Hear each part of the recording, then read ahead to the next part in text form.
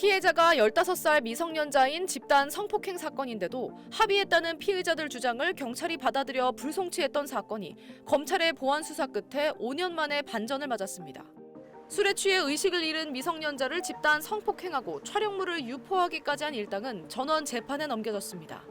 서울 북부지검은 특수 준강간 및 성폭력 처벌법 위반 혐의로 21살 A씨와 20살 B씨를 구속 기소했다고 밝혔습니다. 가담 정도가 낮은 나머지 2명은 불구속 기소했습니다. 이들은 지난 2021년 당시 15세였던 피해자 C양이 술에 취해 의식을 잃은 심신 상태가 된 점을 이용해 집단 성폭행하고 이를 휴대전화로 촬영한 혐의를 받습니다. 구속된 주범 2명은 이 영상을 타인에게 전송하고 퍼뜨린 혐의가 추가됐습니다. 당초 수사했던 경찰은 피해자 동의를 받았다는 피의자들 주장을 근거로 사건을 불송치했습니다. 납득할 수 없었던 피해자는 경찰에 불송치 처분에 이의를 신청했습니다. C양은 최근 지인으로부터 피해 영상이 돌아다닌다는 말을 들었고 이번 수사 과정에서 해당 영상을 처음 접한 걸로 전해졌습니다. 사건을 넘겨받은 검찰은 피해 영상 등을 정밀 분석하고 전면 재조사를 벌인 끝에 범행 당시 C양이 명확한 심신 상실 상태였음을 밝혀냈습니다. 검찰은 영장실질심사에서 피해의 심각성과 잔혹성을 적극 주장해 주범들 구속까지 이끌어낸 걸로 전해졌습니다. 형사소송법상 고소인 등의 이의 신청이 있으면 경찰은 검찰의 사건을 송치하고 신청인에게 처리 결과와 이유를 통지해야 합니다.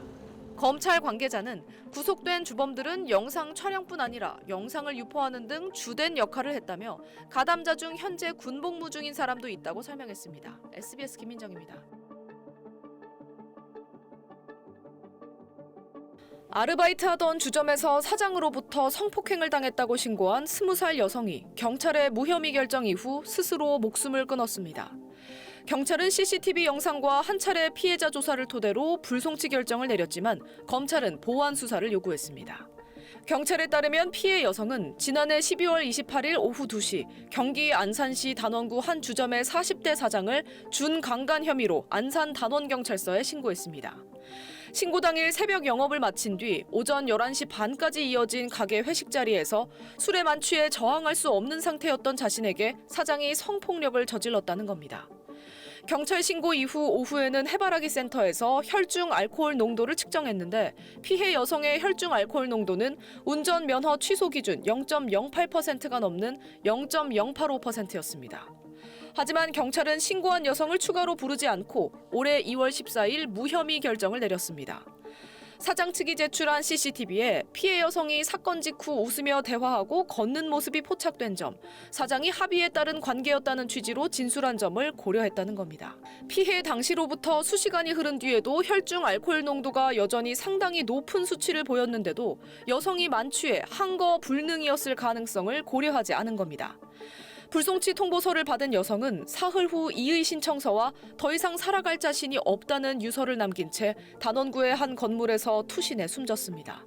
유족이 확인한 여성의 휴대전화에는 사건 직전 지인에게 술에 취해 오타가 심하고 의사소통이 원활하지 않은 카카오톡 메시지를 남긴 기록이 있었습니다. 사건 직후에는 친구에게 사장이 자신을 성폭력했다는 내용과 함께 죽고 싶어라는 메시지를 보냈습니다. 사건 11일 전에는 친구에게 사장한테 성추행 당했다는 취지의 메시지를 보내기도 했습니다. 전부 경찰이 무혐의 결정을 내리기 전에 확인하지 않은 자료들이었습니다. 피해자가 남긴 이의 신청서가 경찰에 의해 접수되면서 사건은 자동으로 검찰로 넘어갔고 수원지검 안산지청은 지난달 16일 경찰에 보완 수사를 요구했습니다. 경찰은 피해자가 숨진 이후에야 참고인 2명을 조사하고 그 결과를 검찰에 보고했습니다. 경찰 관계자는 디지털 증거를 피해자가 제출하지 않아 몰랐다고 해명했습니다. SBS 김민정입니다. 성폭행 피해를 당했다고 신고한 20살 여성이 경찰의 불송치 결정 이후 수사 결과를 받아들일 수 없다며 스스로 생을 마감한 사건을 두고 한 시민단체가 담당 수사팀을 고발했습니다. 서민민생대책위원회는 어제 경기 안산단원경찰서 여성청소년 수사팀과 담당 과장을 법 왜곡죄 등 혐의로, 안산단원경찰서장을 직무유기 혐의로 각각 고발했습니다. 시민단체는 경찰이 피해자를 납득시킬 만한 설명이나 추가 조사를 하지 않은 상태에서 1차 피해 진술 조서 작성만으로 결론 내린 건 황당한 변명이라고 지적했습니다. 몸을 가릴 수 없는 정도의 심신 미약 상태로 볼 수밖에 없거든요. 경찰의 부실수사로 밖에 볼 수 없다. 앞서 지난해 12월 피해 여성은 경기 안산시 단원구 주점의 40대 사장을 준강간 혐의로 안산 단원경찰서에 신고했습니다. 신고 당일 새벽 영업을 마친 뒤 오전 11시 반까지 이어진 가게 회식 자리에서 술에 만취해 저항할 수 없는 상태였는데 사장이 성폭력을 저질렀던 겁니다. 당일 오후에 해바라기 센터에서 혈중 알코올 농도를 측정했는데 피해 여성의 혈중 알코올 농도는 운전면허 취소 기준 0.08%가 넘는 0.085%였습니다. 하지만 경찰은 신고한 여성을 추가로 부르지 않고 올해 2월 무혐의 결정을 내렸습니다. 사장 측이 제출한 CCTV에 피해 여성이 사건 직후 웃으며 대화하고 걷는 모습이 포착된 점, 사장이 합의에 따른 관계였다는 취지로 진술한 점을 고려했던 겁니다. 피해 당시로부터 수시간이 흐른 뒤에도 혈중 알코올 농도가 여전히 상당히 높은 수치를 보였는데도 여성이 만취해 항거 불능이었을 가능성을 고려하지 않았다는 지적이 제기되는 부분입니다.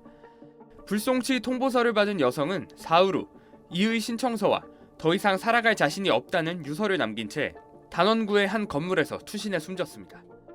경찰은 무혐의 결정을 내리기 전 피해 여성이 지인들에게 보낸 문자 메시지 등 디지털 자료를 확인하지 않다가 여성이 숨진 뒤에야 참고인 2명을 조사하고 그 결과를 함께 검찰에 보고했습니다. SBS 김지욱입니다.